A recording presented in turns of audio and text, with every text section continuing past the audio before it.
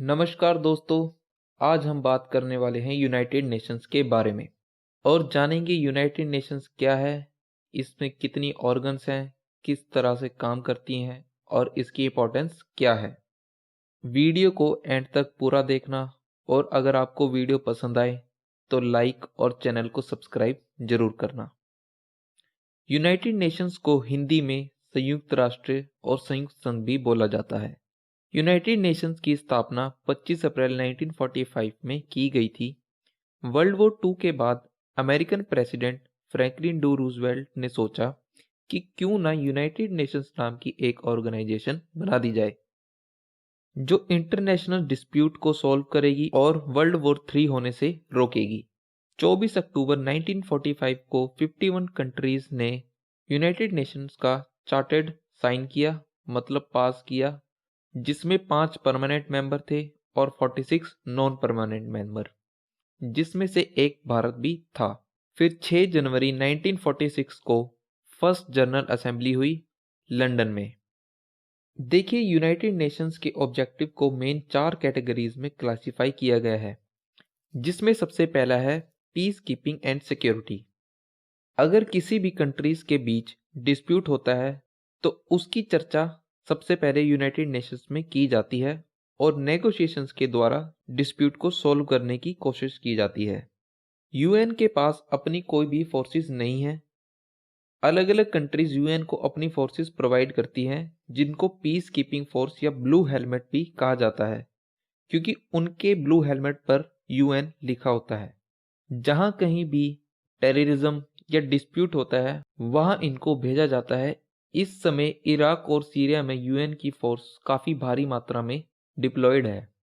Second point है protection of human rights. 1948 में UN के ह्यूमन राइट डिक्लेरेशन को साइन किया गया था। जितनी भी कंट्रीज यूएन की मेंबर है वहां पर जितनी भी पॉलिसीज बनाई जाती है वो ह्यूमन राइट्स के लॉज को ध्यान में रखकर बनाई जाती है, जिससे ह्यूमन राइट वायलेशन ना हो। थर्ड कैटेगरी है economic development and humanitarian assistant. इसके लिए यूएन का एक डेडिकेटेड ऑर्गन है जिसका नाम है इकोनॉमिक एंड सोशल काउंसिल। इसको शॉर्ट में इकोसोक भी बोला जाता है। इसमें पुअर कंट्रीज की इकोनॉमी कैसे डेवलप कर सके इसलिए काफ़ी प्रोग्राम भी चलाए जाते हैं और आईएमएफ और वर्ल्ड बैंक के द्वारा लोन भी दिया जाता है। सोशल और कल्चर के लिए भी यूनेस्को काम करता है और फूड और मेडिकल के लिए डब्ल्यूएचओ काम करता है। ये सब economic development and humanitarian assistant के अंतर्गत हैं। अदर्स में और भी काफ़ी एनवायरनमेंट और क्लाइमेट चेंज के लिए बहुत सारे प्रोग्राम चलते रहते हैं और कॉन्फ्रेंस और मीटिंग भी होती रहती हैं। देखिए, यूनाइटेड नेशंस के टोटल 6 ऑर्गन्स हैं, जिसमें सबसे पहला है जनरल असेंबली, दूसरा है सेक्रेटरी काउंसिल, तीसरा है इकोसोक, फोर्थ है ट्रस्टशिप काउंसिल, फिफ्थ है international court of justice, sixth है सेक्रेटरीट। 6 ऑर्गन में से सबसे पहला है general assembly. General assembly main deliberative और पॉलिसी मेकिंग भी है। इसको आप वर्ल्ड का पार्लियामेंट भी सोच सकते हैं। जिस तरह पार्लियामेंट में डिबेट होती है ठीक उसी प्रकार से जनरल असेंबली में भी डिबेट होती है, बट यहाँ पर इंटरनेशनल मुद्दों पर डिबेट की जाती है। यूएन के 193 मेंबर्स हैं और सभी 193 मेंबर की साल में एक बार सितंबर में मीटिंग होती है। इस तरह से सभी देशों के प्रतिनिधि यहाँ पर आकर स्पीच देते हैं। जनरल असेंबली में जिन मेन टॉपिक्स पर चर्चा की जाती है वो है peace, security, admission of new member और बजटरी मैटर्स।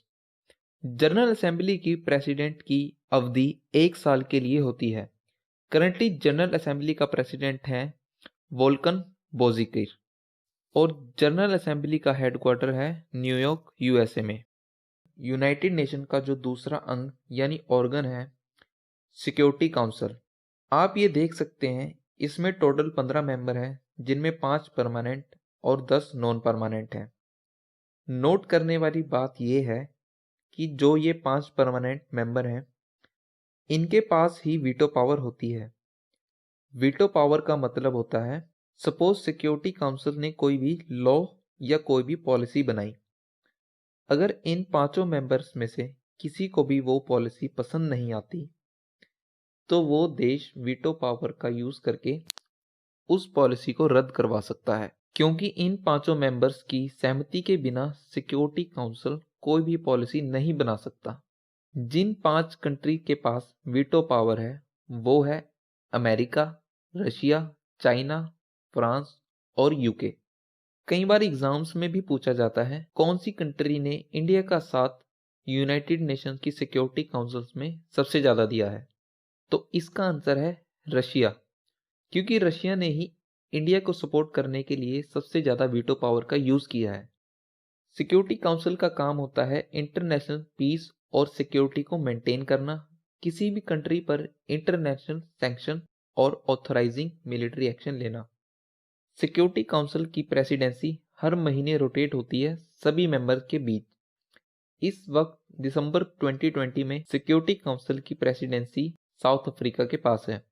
सिक्योरिटी काउंसिल का हेडक्वार्टर भी न्यूयॉर्क अमेरिका में है। यूनाइटेड नेशन का थर्ड ऑर्गन है इकोनॉमिक एंड सोशल काउंसिल। इसको इकोसोक भी बोला जाता है। इसके अंडर 54 कंट्रीज हैं जो कि जनरल असेंबली से ही इलेक्ट होती हैं।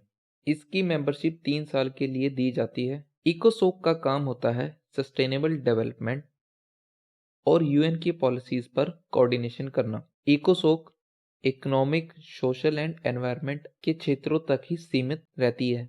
इकोसोक के अंडर 4 संस्था है जो वुमेन, चिल्ड्रन, माइग्रेट, ट्राइबल और माइनॉरिटीज के हित में काम करती है। यूएन का चौथा ऑर्गन है ट्रस्टशिप काउंसिल।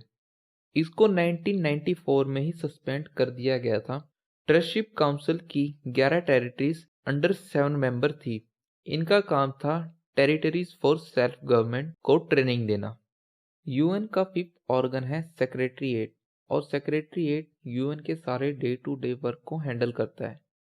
इसमें एक सेक्रेटरी जनरल रहता है, उसके अंडर यूएन के स्टाफ रहते हैं। स्टाफ में कुछ अमेरिकन और कुछ इंटरनेशनल वर्कर भी होते हैं। जो सेक्रेटरी जनरल होता है वो चीफ ऑफ एडमिनिस्ट्रेशन ऑफिसर भी होता है, जिसका 5 साल का रिन्यूएबल टर्म भी होता है। इस समय 2020 में सेक्रेटरीएट के सेक्रेटरी जनरल हैं एंटोनियो गटर। सेक्रेटरीएट के हेडक्वार्टर भी न्यूयॉर्क अमेरिका में है। यूनाइटेड नेशन का 6th और लास्ट ऑर्गन है इंटरनेशनल कोर्ट ऑफ जस्टिस, जिसको आईसीजे भी बोला जाता है। ये एक प्रिंसिपल जुडिशियल ऑर्गन है यूएन का। इंटरनेशनल कोर्ट ऑफ जस्टिस का काम होता है कंट्रीज के बीच में डिस्प्यूट को सॉल्व करना विद इंटरनेशनल लॉज। आईसीजी में इंडिया और पाकिस्तान के बीच में भी एक केस काफी लंबे समय से चल रहा है कुलभूषण जाधव को लेकर। पाकिस्तान क्लेम करता है कि कुलभूषण जाधव एक रॉ एजेंट है जिसने पाकिस्तान में बॉम्ब ब्लास्ट करवाए हैं, लेकिन पाकिस्तान अभी तक इस बात को प्रूव नहीं कर पाया है। इंटरनेशनल कोर्ट ऑफ जस्टिस में 15 जजेस होते हैं जो 9 साल तक रहते हैं। एग्जाम में कई बार क्वेश्चन भी पूछा जाता है आईसीजे में सबसे पहला इंडियन जज कौन थे। BN राव सबसे पहले इंडियन जज थे आईसीजे में और इस समय mister Dalveer Bhandari international court of justice के जज है। इंटरनेशनल कोर्ट ऑफ जस्टिस का हेडक्वार्टर है दी ह्यूग, नीदरलैंड में। अब हम बात करते हैं यूनाइटेड नेशन की एजेंसीज के बारे में। यूएन के अंडर टोटल 17 एजेंसीज हैं। 17 के 17 एजेंसीज के बारे में जानना जरूरी नहीं है। कुछ इंपॉर्टेंट एजेंसीज हैं WHO, जिसको हम वर्ल्ड हेल्थ ऑर्गेनाइजेशन के नाम से भी जानते हैं। दूसरी है WB, IMF, यूनेस्को और ICAO। तो दोस्तों ये थी यूनाइटेड नेशन के बारे में पूरी जानकारी। उम्मीद करता हूँ आपको वीडियो पसंद आई होगी। यदि आपको वीडियो पसंद आई है तो प्लीज़ चैनल को सब्सक्राइब और नोटिफिकेशन बेल आइकन को प्रेस करें। मिलते हैं नेक्स्ट वीडियो में, तब तक के लिए गॉड ब्लेस यू ऑल। जय हिंद, जय भारत।